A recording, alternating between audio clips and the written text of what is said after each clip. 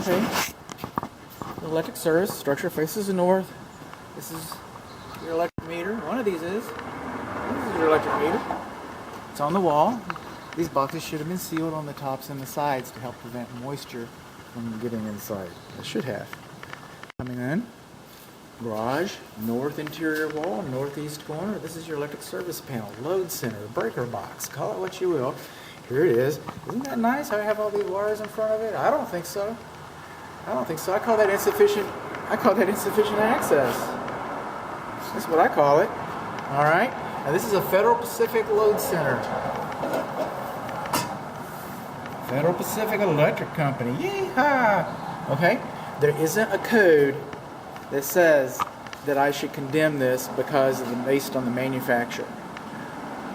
The Texas Real Estate Commission does not force me to call this deficient, nor will I, because it's a Federal Pacific breaker box, or any manufacturer for that matter.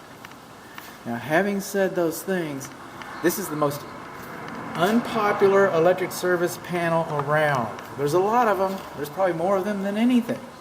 There's a lot of them.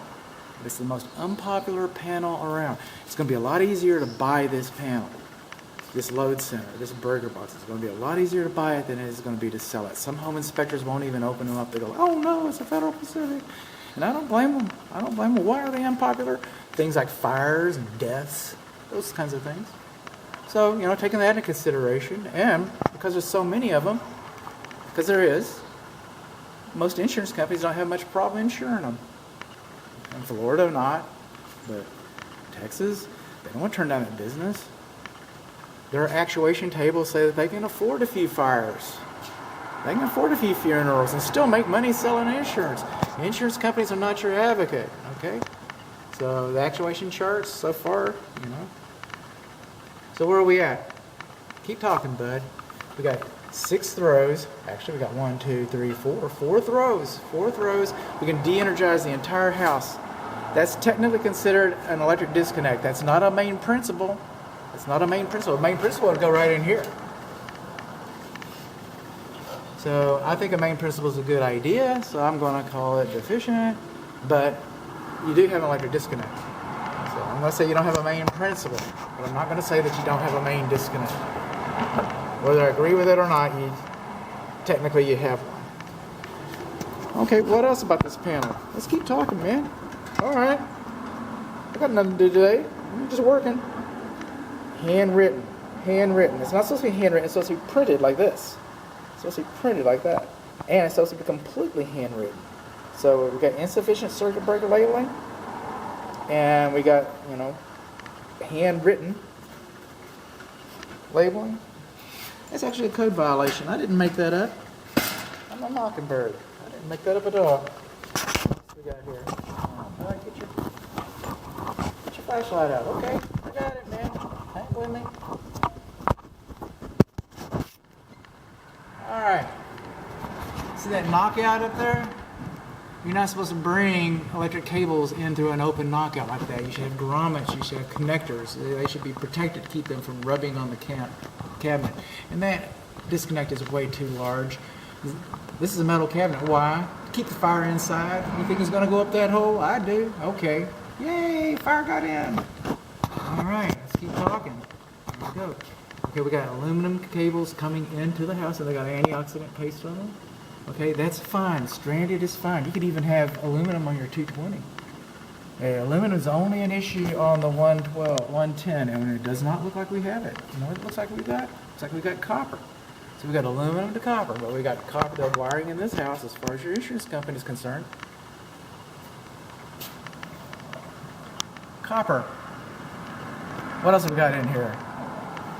We got our neutrals and grounds on the same bus bar. You can do that in the main service panel. That's what this is. But what you're not supposed to do, because grounds are your emergencies, and neutrals, they carry current consistently.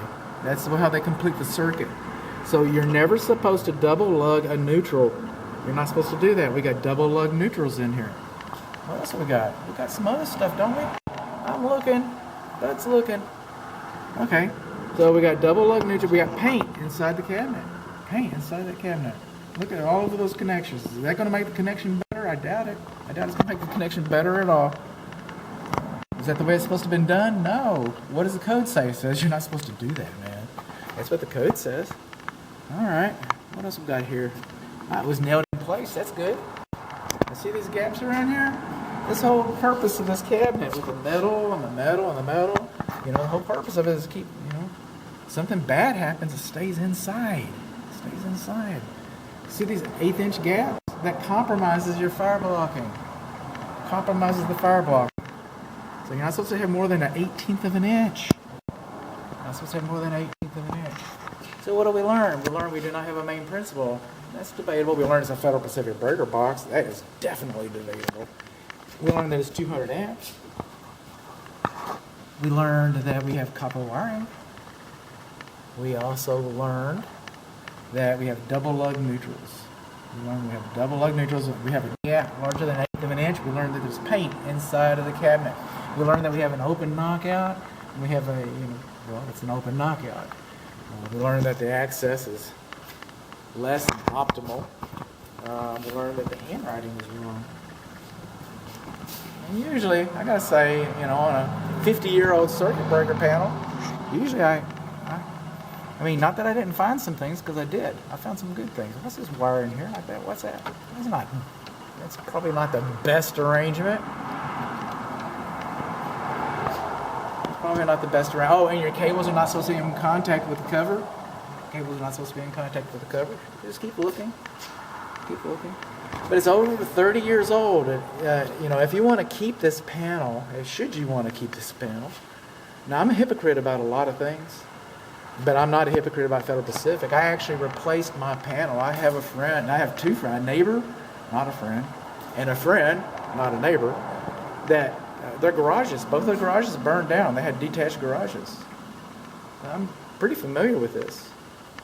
So, like I said, I'm a hypocrite about a lot of things. The water heater things, that's all in my house. You shouldn't do what I say. But what I am saying is I was not a hypocrite about Federal Pacific breaker box. I actually did proactively replace mine. That's what your inspector did. So follow your heart. Do what you think is best. But again, very bad reputation. Just about any home inspector that comes in and follows me is going to say the same thing. Some home inspectors won't even open this panel. They'll just say, get an electrician to look at it. And they walk away from it.